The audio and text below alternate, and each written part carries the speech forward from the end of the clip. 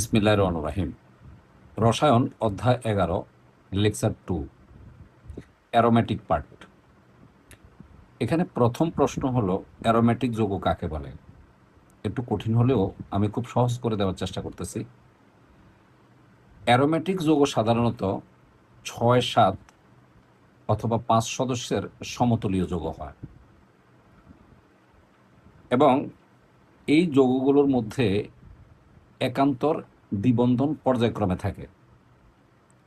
অর্থাৎ প্রথমে একটি একক বন্ধন থাকবে, পরেরটা আবার দ্বিবন্ধন, পরেরটা আবার একক বন্ধন থাকবে। আমরা যদি গ্রাফিক্যালি দেখাই, খুব ভালো করে খেয়াল করো যে এই যে ব্যাপারটা আছে, দেখো এখানে একক বন্ড, দেখো এখানে ডাবল বন্ড, এখানে একক বন্ড, আবার এখানে ডাবল বন্ড, এখানে একক বন্ড, এখানে ডাবল বন্ড। এটাকে বলা হয় একান্তর দ্বিবন্ধন। আর 5, 6 কিংবা 7 সদস্যের সমতলীয় যৌগ, তার মানে এগুলো পর্যায়ক্রমে 5, 6 বা 7টা চক্র সাজানো থাকতে পারে।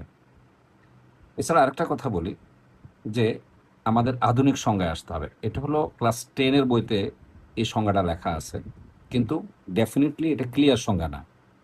যদি আমরা আধুনিক সংজ্ঞায় আসি তাহলে আমাদের আসতে হবে হাকেল তত্ত্ব বা হাকেল নিয়ম। কোনো কোনো বইতে হ্যাকেল লেখছে, কোনো কোনো বইতে হাকেল লেখে, কোনো সমস্যা নেই। এখানে বলা হলো, দেখো এই যৌগটা অনেকটা সেপ্টা, যে যে সকল জৈব যৌগের গঠন সেপ্টা, এই যে সেপ্টা, এই যে সমতলীয় বলয় আকার, মানে এই যে গোলাকার, এবং এই বলয় গঠনকারী পরমাণুসমূহের মধ্যে 4n+2 সংখ্যক সঞ্চরণশীল পাই ইলেকট্রন দ্বারা আণবিক অরবিটাল সৃষ্টি হয়, তাদেরকে অ্যারোমেটিক যৌগ বলা হয়। বেশ কতগুলি কঠিন শব্দ আসছে, আমি এই কঠিন শব্দগুলিকে সহজ করে দিচ্ছি।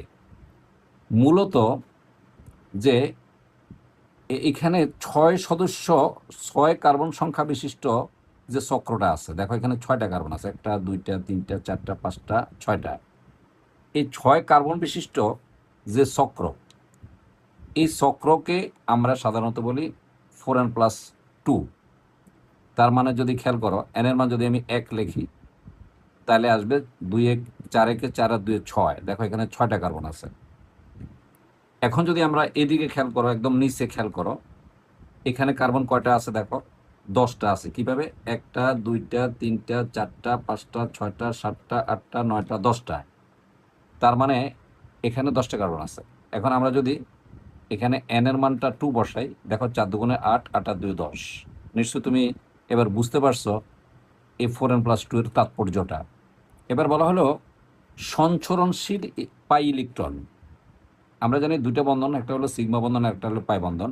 এনিওয়ে, আমরা সেদিকে না যাই, আমরা সঞ্চরণশীলটা বুঝাই। দেখো তো এখানে প্রথমে যে এটা সিগমা বন্ধন, এর সাথে যেটা ছিল সেটা পাই বন্ধন। যেখানে এখানে দেখো পাই বন্ধনটা নাই, বাট এখানে আবার পাই বন্ধন আছে, একটা সিগমা একটা পাই। বাট এখানে আবার সিগমা আছে কিন্তু পাই নাই। আবার এখানে দেখা যাচ্ছে যে পাই এবং সিগমা দুটোই আছে। ডেফিনেটলি এভাবে চলতেছে। এখানে দেখো এটা ঠিক তার অপোজিটে চলে আসছে। তার মানে দেখো এখানে পাই বন্ধনটা নাই, কিন্তু এখানে আবার পাই বন্ধন চলে আসছে। এখানে পাই বন্ধন ছিল কিন্তু এখানে পাই বন্ধনটা নাই। এখানে আবার পাই বন্ধন নাই কিন্তু এখানে আবার পাই বন্ধন আছে। এখানে পাই বন্ধন আছে কিন্তু এখানে পাই বন্ধন নাই। এখানে পাই বন্ধন নাই কিন্তু এখানে পাই বন্ধন আছে। এখানে আবার কিন্তু দেখা যাচ্ছে যে পাই বন্ধন আছে কিন্তু এখানে পাই বন্ধন নাই। তার মানে বোঝা গেল যে এই পাই বন্ধনটা এই 6টা কার্বনের মধ্যে মুভ করে, আর এটাকে রসায়নের ভাষায় সঞ্চরণশীল বলা হয়। নিশ্চয় তুমি বুঝতে পারছো। এবার আমি সুন্দর করে বলি যে যেসব জৈব যৌগের গঠন সেপ্টা হয় বা সমতলীয় বলয়াকার বৈশিষ্ট্য হয়, এবং ওই বলয় গঠনকারী পরমাণুসমূহের মধ্যে 4n+2 সংখ্যক সঞ্চরণশীল পাই ইলেকট্রন দ্বারা আণবিক অরবিটাল সৃষ্টি হয়, মানে একটা অনুগঠন হয়, তাদেরকে কি বলা হয়? অ্যারোমেটিক যৌগ বলা হয়। এটা হাকেল তত্ত্ব অনুযায়ী। তো তোমাদের বইতে উপরের সংজ্ঞাটা আছে, বাট দ্বিতীয় সংজ্ঞাটা নাই। কিন্তু বোর্ডে তোমার এই প্রশ্নটা যখন আসবে তখন তোমাকে অবশ্যই এই দ্বিতীয় পার্টটা লিখলে তুমি বেশি মার্কস আশা করতে পারবে। আর যদি এটা লেখো তো 1 মার্কস হলে এটা লিখলে নাম্বার দিয়ে দিবে। তবে আধুনিক সংজ্ঞাটা দেওয়া খুবই যৌক্তিক। এবার এটাকে রেফার করে যে কোশ্চেনটা অনেক বেশি আসে এবং পরীক্ষা বারবার আসে, এই জন্য আমি এখানে লাল কালি দিয়ে একটা ডাইমেনশন দিয়ে দিচ্ছি যে পরীক্ষা আসবেই, অর্থাৎ এটা বারবার আসে, এই জন্য কথাটা বলা। বেনজিনকে অ্যারোমেটিক যৌগ কেন বলা হয়? তো দেখো আমি এটা কিন্তু বেনজিন। এতক্ষণ পর্যন্ত অ্যারোমেটিক যৌগের যে ডেফিনেশনটা আমি তোমাকে দিলাম, সে ডেফিনেশনটা কিন্তু বেনজিনকে লক্ষ্য করে দিলাম। এখন আমাকে যুক্তি দিয়ে বুঝাইতে হবে এই হ্যাকেল তত্ত্বটা এটা মেনে চলে, বেনজিনটা মেনে চলতেছে। দেখো হ্যাকেল নিয়ম অনুসারে আমরা ডিরেক্ট হিট করতেছি বেনজিন একটি অ্যারোমেটিক যৌগ, কারণ রঞ্জন রশ্মির মাধ্যমে বিশ্লেষণ করে দেখা গেছে বেনজিন অনুচক্রাকার। এটা কিন্তু চক্রাকার আমরা দেখতে পাচ্ছি। সেপ্টা ডেফিনেটলি তুমি বুঝছো, এটা জিনিসটা গোলাকার না, জিনিসটা সেপ্টা ষড়ভুজাকৃতির বা সমতলীয়। দ্বিবন্ধনযুক্ত প্রতি কার্বনে, দেখো এই যে দ্বিবন্ধনযুক্ত যে কার্বনটা আছে, প্রতি কার্বনে দেখো পাই অরবিটাল থাকে। এই যে আমরা যেটা বলছিলাম পাই বন্ধন, সেটাকে পাই অরবিটাল বলা হচ্ছে, কোনো সমস্যা নেই কেমিস্ট্রির ভাষায়। এই যে পাই অরবিটাল আছে, এবং 3টি বন্ধনের জন্য পাই অরবিটালের সংখ্যা কয়টা হয়? 6টা হয়। কিভাবে 6টা হয়েছে দেখো তো, পাই পাই বন্ধন কীভাবে 6টা হলো? তুমি তো বলবে স্যার 1টা 2টা 3টা, কিন্তু এখানে বলা হচ্ছে 6টা।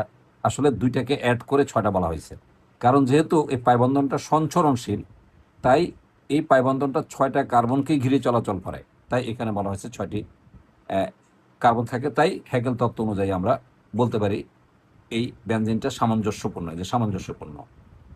এই ক্ষেত্রে এখন তুমি প্রমাণ করে দেখাবা যে আসলে সঠিক কিনা। দেখো আমরা যদি 4n+2 = 6 লিখি, অর্থাৎ 6টা কার্বন আছে এরকম ধরে নেই, তখন n এর মান কিন্তু 1 আসে। তার মানে বোঝা গেল একটা চক্রের মধ্যে n এর মান 1 মানে হলো একটা বেনজিন চক্র।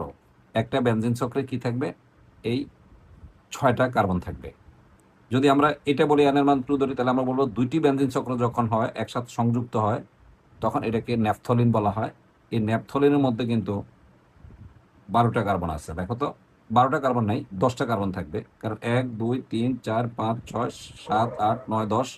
কারণ আমরা যদি এখানে n এর মান 2 বসাই, কিছুক্ষণ আগে আমরা দেখাচ্ছিলাম যে n এর মান যদি আমরা এখানে 2 বসাই, তাহলে 2 দুগুণে 4, 4 দুগুণে 8 আর 2 10, এই যে 10টা আছে। ঠিক তদ্রূপ পরীক্ষার হলে যখন বেনজিনকে অ্যারোমেটিক যৌগ বলা হবে, ব্যাখ্যা করতে বলবে, তখন তুমি অবশ্যই পাশে এই 2টা চিত্র দিতেই হবে। তুমি যদি এই 2টা চিত্র না দাও এবং এই পুরাটা যদি লিখে আসো, তাহলে তোমাকে 1 মার্কস দিবে, আর এই ছোট্ট চিত্রটার জন্য তুমি 1 মার্কস ক্যারি করবে। এখন আবার পাল্টা প্রশ্ন আমাকে তুমি করেও না যে শুধু চিত্র দিলে কি তাহলে 1 মার্কস দিবে? না, এটার সাথে এটা রিলেটেড, তাই শুধু এটার কোনো মিনিং হয় না, এটার সাথে এটা যুক্ত, তাই দুইটাই দিতে হবে, তাহলে 2 মার্কস পাবা। একইভাবে ফেনলের জায়গায় যদি নাইট্রোবেনজিন আসে, ফেনল আসে, বেনজিনের জায়গায় ক্লোরোবেনজিন আসে, যেটাই বলুক না কেন, তুমি এই শুধু এই অ্যারোমেটিকের জায়গায়, অর্থাৎ এই যে সব ঠিক থাকবে, শুধু বেনজিনের জায়গায় তুমি ন্যাপথলিন কথাটা বলে ন্যাপথলিন লিখে দিবে, ফেনল বললে ফেনলটা বলে দিবে, আর এভরিথিং ইজ ওকে। ইনশাল্লাহ অ্যারোমেটিক যৌগটা আমরা পেয়ে গেলাম, যেটা তোমাদের কাছে অনেক কঠিন মনে হতো। আমি ট্রাই করছি, এরপরে যদি তোমাদের কোনো সমস্যা থাকে অবশ্যই বলবা। আর এই যে আমি ক্লাসটা নিচ্ছি, তুমি এই ক্লাসটা সেভ করে রাখবা, পাশাপাশি একটা স্ক্রিনশট নিয়ে এই লেখাগুলো তুমি পরে আবার নিজে খাতায় নোট করে নেবে। আর যদি তোমার দরকার হয়, তুমি বিশেষ করে ইনবক্স করবে, অথবা অবশ্যই কমেন্টস করতে হবে, তারপরে আমি চেষ্টা করব তোমাকে নোটটা কীভাবে পৌঁছানো যায়। নেক্সট কোশ্চেন যেটা আছে সেটা হলো, অ্যালকেনকে প্যারাফিন বলা হয় কেন? প্যারাফিন একটি ল্যাটিন শব্দ, এর অর্থ হলো আসক্তিহীন, মানে কোনো আসক্তি নেই। কেন আসক্তি নেই আমি বুঝিয়ে দিচ্ছি। অ্যালকেনের যৌগের অণুতে কার্বন কার্বন একক বন্ধন থাকে, নিশ্চয় আমরা গত ক্লাসে দেখাছিলাম যে এখানে হাইড্রোজেন থাকবে, এখানে হাইড্রোজেন থাকবে, এখানে হাইড্রোজেন থাকবে, এখানে হাইড্রোজেন থাকবে, এখানে হাইড্রোজেন থাকবে, এখানে হাইড্রোজেন থাকবে, এখানে একক বন্ধনে আবদ্ধ থাকবে। তাহলে সে তো আর কাউকে ধরার মতো তার কোনো সুযোগ নাই, বা কারোর সাথে সংযুক্ত হয় বা বন্ধন গঠন করার তার কোনো সুযোগ নাই, তাই সে রাসায়নিকভাবে নিষ্ক্রিয় হবে। এই বন্ধন থাকে, এবং কার্বন হাইড্রোজেন বন্ধন ভাঙ্গা কঠিন, এবং এই বন্ধনটা এই কার্বনের সাথে যে এখানে যে হাইড্রোজেনটা যুক্ত হবে, এটা হলো কার্বন হাইড্রোজেন বন্ধন। এই কার্বন হাইড্রোজেন বন্ধনটা ভাঙ্গা খুবই কঠিন, তাই অ্যালকেন সমূহ রাসায়নিকভাবে অনেকটা নিষ্ক্রিয় থাকে। এই জন্য অ্যালকেনকে কি বলা হয়? প্যারাফিন বলা হয়। এই কোশ্চেনটা অনেক বেশি ইম্পর্ট্যান্ট, এবং বারবার পরীক্ষায় পাওয়া যাচ্ছে। এই কোশ্চেনটা অনেক ইম্পর্ট্যান্ট। পরে কোশ্চেনটা আরও ইম্পর্ট্যান্ট, যেটাও বারবার পাওয়া যাচ্ছে, সেটা হলো অ্যালকিনকে অলিফিন বলা হয় কেন? এখানে অলিফিন একটা ল্যাটিন শব্দ। এই অলিফিন শব্দটা আমরা গ্রিক বলি বা ল্যাটিন বলি একই কথা। এই ল্যাটিন ভাষা বা গ্রিক ভাষা থেকে এটা আছে অলিফিয়েন্ট শব্দ থেকে আসছে, এবং অলিফিয়েন্ট একটা ল্যাটিন শব্দ বা গ্রিক শব্দ, যার ইংরেজি শব্দ হলো অয়েল ফার্মিং, আর যাকে আমরা বলি তৈল উৎপাদনকারী। তাহলে এই যে অ্যালকিনের যে যৌগগুলো আছে, এই নিম্নতর যৌগগুলো আছে যেমন ইথিন, প্রোপিন, বিউটিন, প্যান্টিন, এই যৌগগুলো সবসময় এরা হ্যালোজেনের সাথে বিক্রিয়া করে। হ্যালোজেনের মধ্যে কাদের সাথে? ক্লোরিন, ফ্লোরিন, ব্রোমিন, আয়োডিন, এদের সাথে বিক্রিয়া করে এরা তৈলাক্ত পদার্থ উৎপন্ন করে। যেহেতু এরা তৈলাক্ত পদার্থ প্রডিউসড করে, এজন্য এদেরকে কি বলা হয়? প্যারাফিন বা অ্যালকিনকে অলিফিন বলা হয়। এবার হলো সবচেয়ে ইম্পর্টেন্ট প্রশ্ন, যেটা এগুলি সবই ইম্পর্টেন্ট প্রশ্ন, মানে কোনোটাই তুমি বাদ দিতে পারবে না। বোর্ড কোশ্চেনে একাধিকবার পাওয়া যাবে এবং টেস্ট প্রি টেস্টে তো অবশ্যই পাওয়া যায়। অ্যালকাইল মূলক কাকে বলা হয়? খুবই সহজ। আমি একেবারে খুব ভালোভাবে ডেসক্রিপশন দিচ্ছি। আমি যেভাবে দিচ্ছি পরীক্ষার হলে ঠিক এভাবেই তুমি লিখবে যে অ্যালকেনের অণু থেকে একটি হাইড্রোজেন পরমাণুকে অপসারণ করলে একযোজি যে মূলক পাওয়া যায় তাকে কি বলা হয়? অ্যালকাইল মূলক বলা হয়। স্ট্রাকচারালি আমি দেখাচ্ছি। দেখো CnH2SN+2, এটা হলো অ্যালকেন। এর ভিতর থেকে একটা হাইড্রোজেনকে বের করে দাও।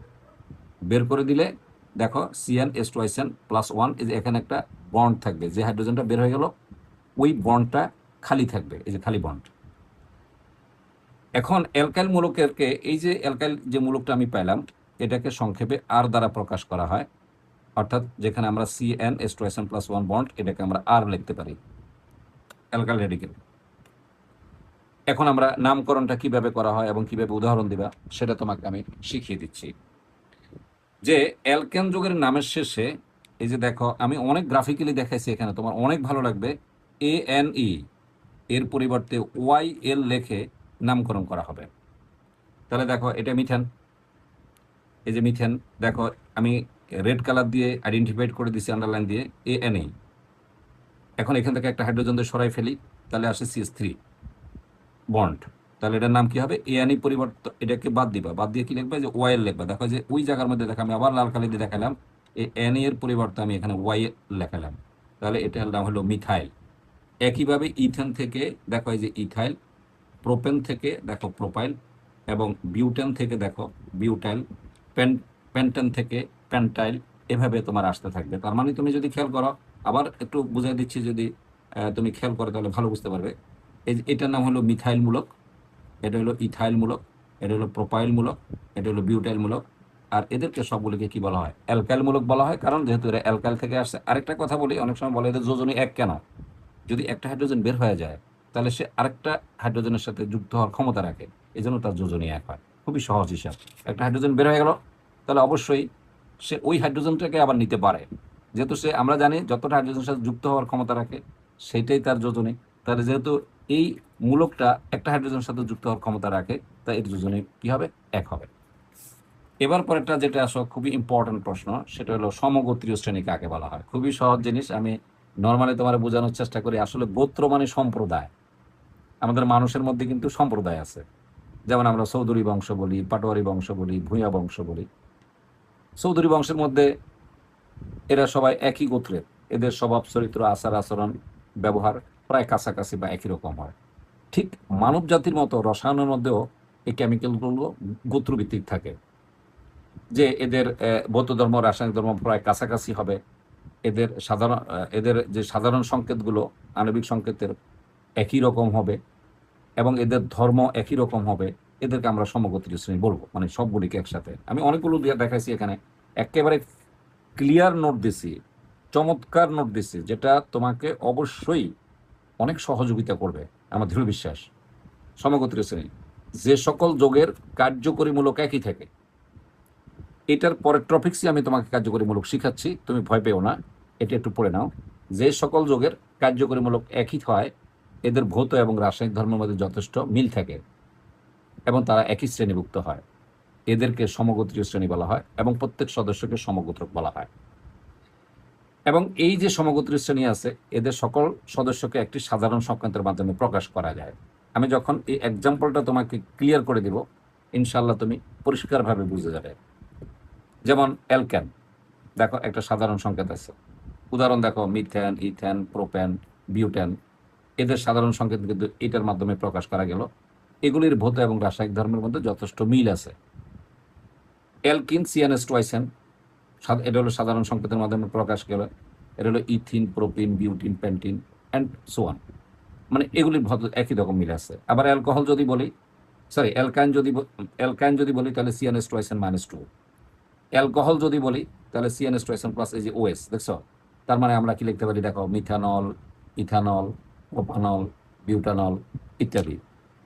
নলকে আবার আমরা অ্যালকোহলও বলি, এটাকে আমরা মিথানল না বলে আমরা মিথাইল অ্যালকোহলও বলতে পারি, ইথানল না বলে ইথাইল অ্যালকোহলও বলতে পারি, প্রোপানল না বলে প্রোপাইল অ্যালকোহলও বলতে পারি, এভাবে আমরা বলতে পারি। যদি অ্যালডিহাইড নিই তাহলে এটা কিন্তু কার্যকরীমূলক, খেয়াল রাখতে হবে এটা কার্যকরীমূলক, এই যে এটাগুলি কার্যকরীমূলক। দেখো, এই সবগুলো যোগের কার্যকরীমূলক কিন্তু সিএইচও, এই সবগুলো যোগের কার্যকরীমূলক ওএইচ, এই সবগুলো যোগের কার্যকরীমূলক COOH। আমরা বলছি একই কার্যকরীমূলক হওয়ার কারণে এই মূলকগুলি, এই যৌগগুলির মধ্যে একই মূলক হওয়ার কারণে এদের ভৌত রাসায়নিক ধর্ম একই রকম হবে। সেমভাবে এই দুইটার ক্ষেত্রে একই কথা প্রযোজ্য। তাহলে দেখো, অ্যালডিহাইড যদি বলি তাহলে সিএনএস টুয়াইসেন প্লাস 1 CHO, তাহলে এটার নাম আসবে, দেখো দুইটা কার্বন আছে, তুমি হয়তো এখানে একটা কার্বন দেখে কিন্তু মিথাইল বলে ফেলবে না, এক কার্বন দিয়ে হবে না, দুই কার্বন, দেখো CH3CHO, এটা হলো মিথানল। মিথানেল বলা হয়, নল না। যদি নল লেখো তাহলে অ্যালকোহল, আর জয়ফালা দিয়ে আকার লিখলে কিন্তু অ্যালডিহাইড হয়ে যায়। তাহলে এটা হলো মিথানেল, এটা হলো এই যে প্রোপানেল, এই যে প্রোপানেল, এ হলো বিউটানেল, দেখো যে বিউটানেল, এটা হলো পেন্টানেল, কারণ এখানে 5টা কার্বন আছে, দেখো 4টা কার্বন আর একটা কার্বন, 5টা কার্বন, 5টা কার্বনে পেন্টানেল হয়। এবার আসো, এটা হলো কার্বোক্সিলিক অ্যাসিড বা ফ্যাটি অ্যাসিড, যেটা খুবই গুরুত্বপূর্ণ দরকারি, যে CNS টুয়াইসেন প্লাস 1 COOH, এটা হলো নর্মাল।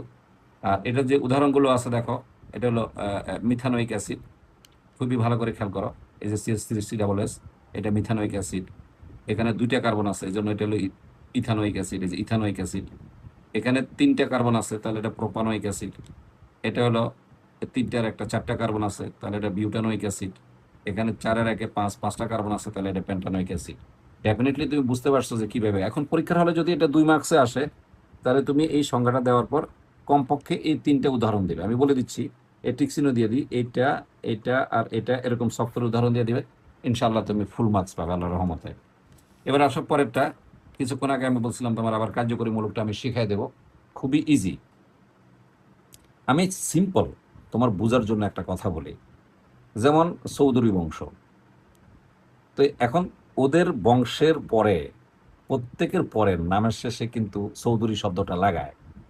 যেমন মনে করো করিম চৌধুরী, তার একটা ছেলে হলো, মনে করো তার নাম রাখলো রহিম, তার নামের শেষে চৌধুরী শব্দটা লাগাই দিবে। কিংবা তার মনে করো আরেকটা ছেলে হলো, তার নাম হলো মনে করো জব্বর, তাহলে তার নামের শেষে লাগাই দিবে চৌধুরী, তাহলে আমার জব্বর চৌধুরী। ঠিক তদ্রূপ এরা হলো চৌধুরী বংশের, তার মানে এই বংশটা বোঝানোর জন্য যে স্পেসিফিক মূলকটা ব্যবহার করা হয় এটাকে কার্যকরী মূলক বলা হয়। যেমন খেয়াল করে দেখো, অ্যালকোহলকে বোঝানোর জন্য কিছুক্ষণ আগে আমরা দেখাইছিলাম এই ওএসটা ব্যবহার করা হয়। দেখো, ওএস থাকলে আমরা মনে করবো এটা অ্যালকোহল, এর পাশে একটা আর থাকবে, তার মানে অ্যালকোহল।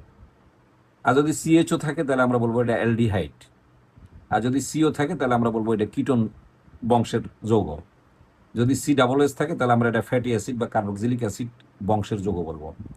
আর COOR যদি থাকে তাহলে আমরা এটাকে এস্টার মূলক বা এস্টার বংশের যৌগ বলবো। তাহলে সংজ্ঞাটা কি হবে, যে সকল এই যে মূলক কোনো জৈব যৌগের মধ্যে বিদ্যমান থেকে তার ধর্ম ও বিক্রিয়া নির্ধারণ করে, মানে এগুলি কিন্তু ধর্ম আর বিক্রিয়া নির্ধারণ করবে, তাদেরকে কি বলা হয়, কার্যকরী মূলক বলা হয়। পরীক্ষা যদি আসে তুমি প্রথম 3টে উদাহরণে হিসাবে দিবে না, তুমি উদাহরণ হিসেবে দিবে 1, 2, 3, এই 4টে উদাহরণ হিসেবে দিবে। আর এই 3টা তোমার শিখার জন্য আমি দিয়ে দিচ্ছি নামগুলো, কারণ এটা অবজেক্টিভের জন্য দিয়ে দিচ্ছি। এটাকে বলা হয় কার্বন কার্বন দ্বিবন্ধন, এটাকে বলা, এগুলির নাম কার্যকরী মূলকের নাম। যেমন এটাকে বলা হয় হাইড্রক্সিড মূলক নাম, কার্যকরী মূলকের নাম। আর এটাকে বলা হয় অ্যালডিহাইড, কার্যকরী মূলকের নাম। এটাকে বলা হয় কিটোন মূলকের নাম। এটাকে বলা হয় কার্বোজিলিক মূলক, আর এটাকে বলা হয় স্টার মূলক। নিশ্চয়ই বুঝতে পারছো। এবার আমি যে জিনিসটা শিখাবো এটা অনেক ভালো লাগবে তোমার কাছে এবং অনেক সুন্দর লাগবে, আমি চেষ্টাও করব। ডিকার্বোজিলেশন বিক্রিয়া কাকে বলা হয়? আমাকে যদি কেউ প্রশ্ন করতে বলে এই অধ্যায় থেকে, তাহলে আমি শর্ট কোশ্চেন হিসেবে সর্বপ্রথম এই কোশ্চেনটাই দিব, ডিকার্বোজিলেশন কাকে বলে, সাধারণ সমীকরণের মাধ্যমে ব্যাখ্যা করা। খুবই ইম্পর্টেন্ট একটা কোশ্চেন, কারণ এই কোশ্চেনটার মাধ্যমে আবার আমরা অ্যালকেন প্রস্তুতিও করাবো, যেটা আমাদের লেকচার 2তেও পাবা তুমি। তাহলে দেখো, ক্যালসিয়াম অক্সাইডের উপস্থিতিতে, এই যে ক্যালসিয়াম অক্সাইডের উপস্থিতিতে ফ্যাটি অ্যাসিডের সোডিয়াম লবণের সাথে এই যদি সোডিয়াম হাইড্রোক্সাইড আমরা বিক্রিয়া করি, তাহলে উচ্চতর অ্যালকেন উৎপন্ন হয়। এই বিক্রিয়া উৎপন্ন অ্যালকেনে ফ্যাটি অ্যাসিডের সোডিয়াম লবণের সাথে যে একটি কার্বন হ্রাস পাবে। এখানে এটা পরে তুমি কিছুই বুঝবা না, আমি তোমাকে যখন একটা এক্সাম্পল ক্রিয়েট করবো তখন তুমি বুঝে যাবা, তখন এই ডিজিটটা আবার দেখাবো। এই যে আমি দেখাচ্ছি এখানে, আমি পাশে রেখে দিচ্ছি, পরে আবার তোমাকে দেখাবো, খুব ভালো করে দেখো।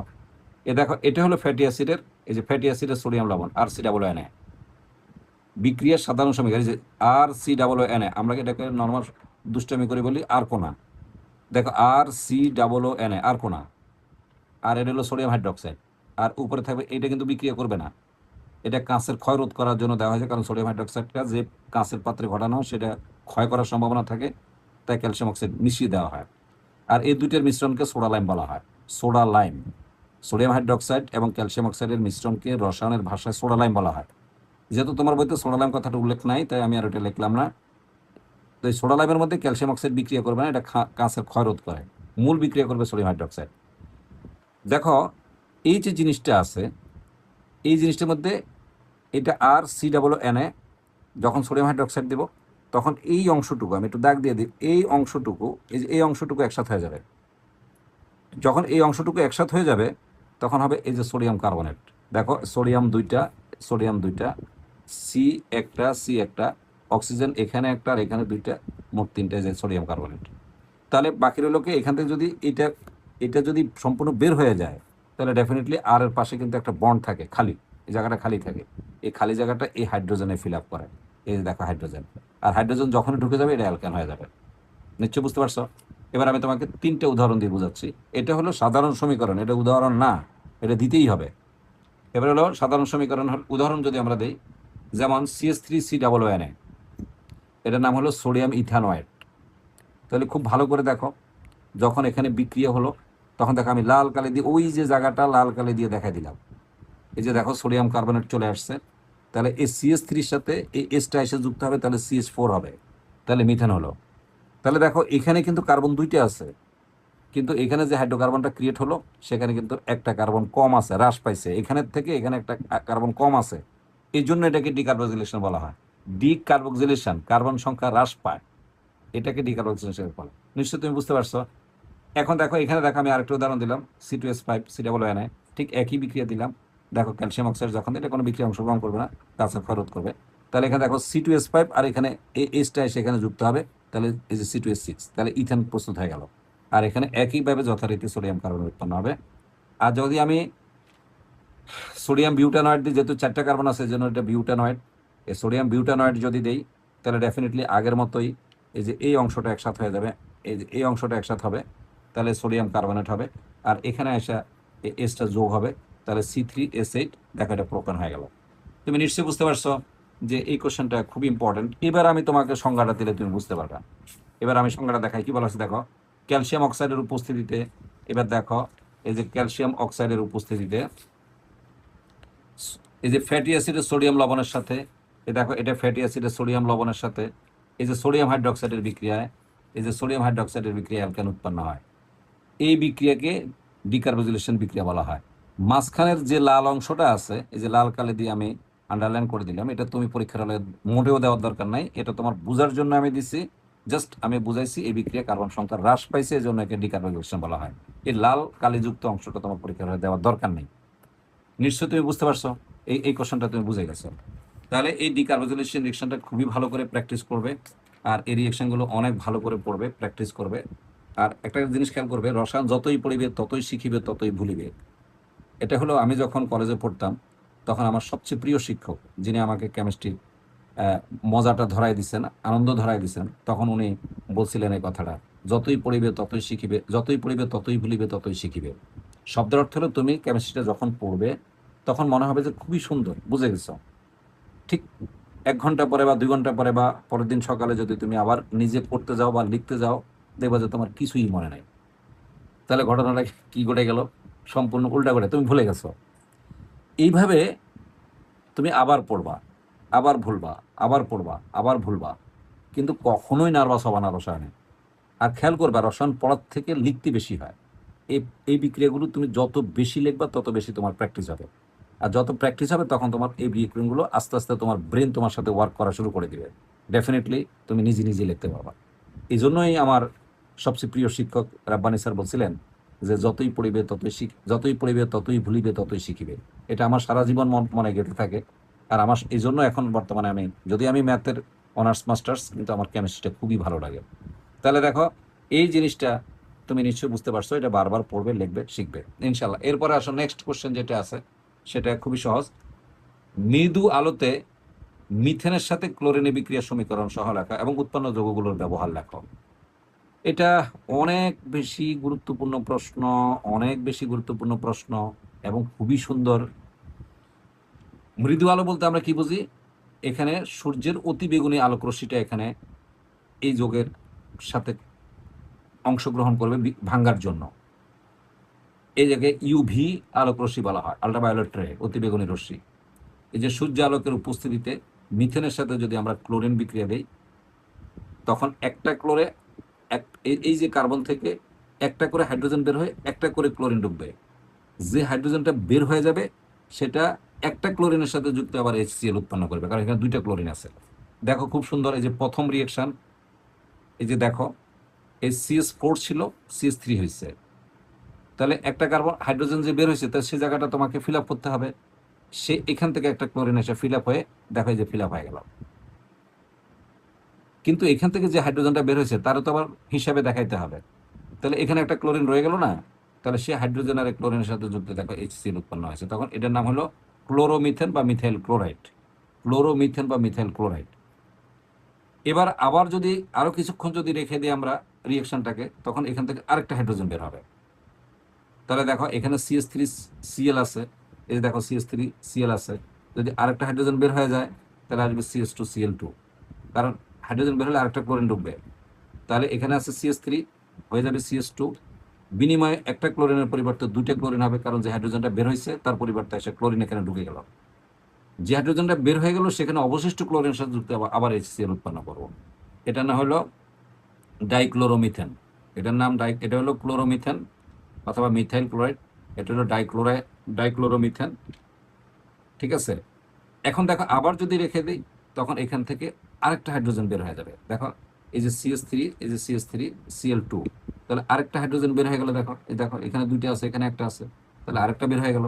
বের হয়ে গেলে তাহলে ডেফিনেটলি CH3Cl হবে, এই যে CsCl3 হবে। মানে এখান থেকে আরেকটা ক্লোরিন যুক্ত হলো, এখান থেকে যে ক্লোরিনটা যুক্ত হাইড্রোজেনটা বের হলো সেটা আরেকটা ক্লোরিনের সাথে এসে যুক্ত HCl উৎপন্ন করবে। তার মানে এটাকে আমরা বলি ট্রাইক্লোরোমিথেন। ট্রাই মানে 3, এই যে ট্রাইক্লোরোমিথেন, কার্বনের জন্য মিথেন। এবং এটার অপর নাম হলো ক্লোরোফর্ম, তোমরা নাম শুনছো অবশ্যই। এবার হলো এই ট্রাইক্লোরোমিথেন বা ক্লোরোফর্মকে যদি আরো আমরা ক্লোরিনের সাথে বিক্রিয়া করে, তখন এবার অবশিষ্ট বাকি হাইড্রোজেনটা বের হয়ে যাবে। এই যে দেখো বাকি হাইড্রোজেনটা বের হয়ে গেলো, এটা নাম হলো কার্বন টেট্রাক্লোরাইড আর হলো হাইড্রোক্লোরিক অ্যাসিড। কয়েকবার প্র্যাকটিস করলে তুমি পারবা। এবার হলো ব্যবহার, উৎপন্ন হয়েছে এই যৌগগুলোর ব্যবহার। এটা খুবই সুন্দর, পরীক্ষায় আসে। এই যে ক্লোরোমিথেন যেটা আছে, এটার ব্যবহার হলো পরীক্ষাগারে জৈব দ্রাবক হিসেবে ব্যবহার করা হয়। 2 নম্বর ডাইক্লোরো যে মিথেনটা উৎপন্ন হলো, এটা রঞ্জক পদার্থ অর্থাৎ রঙিন বস্তু তৈরি করতে এটা ব্যবহার করা হয়। আর এই ক্লোরোফর্ম যেটা আছে, এটা চেতনানাশক হিসেবে ব্যবহার করা হয়, অর্থাৎ অজ্ঞান করার কাজে ব্যবহার করা হয়। তারপরেও কার্বন টেট্রাক্লোরাইড, এটা খুবই গুরুত্বপূর্ণ একটা যৌগ।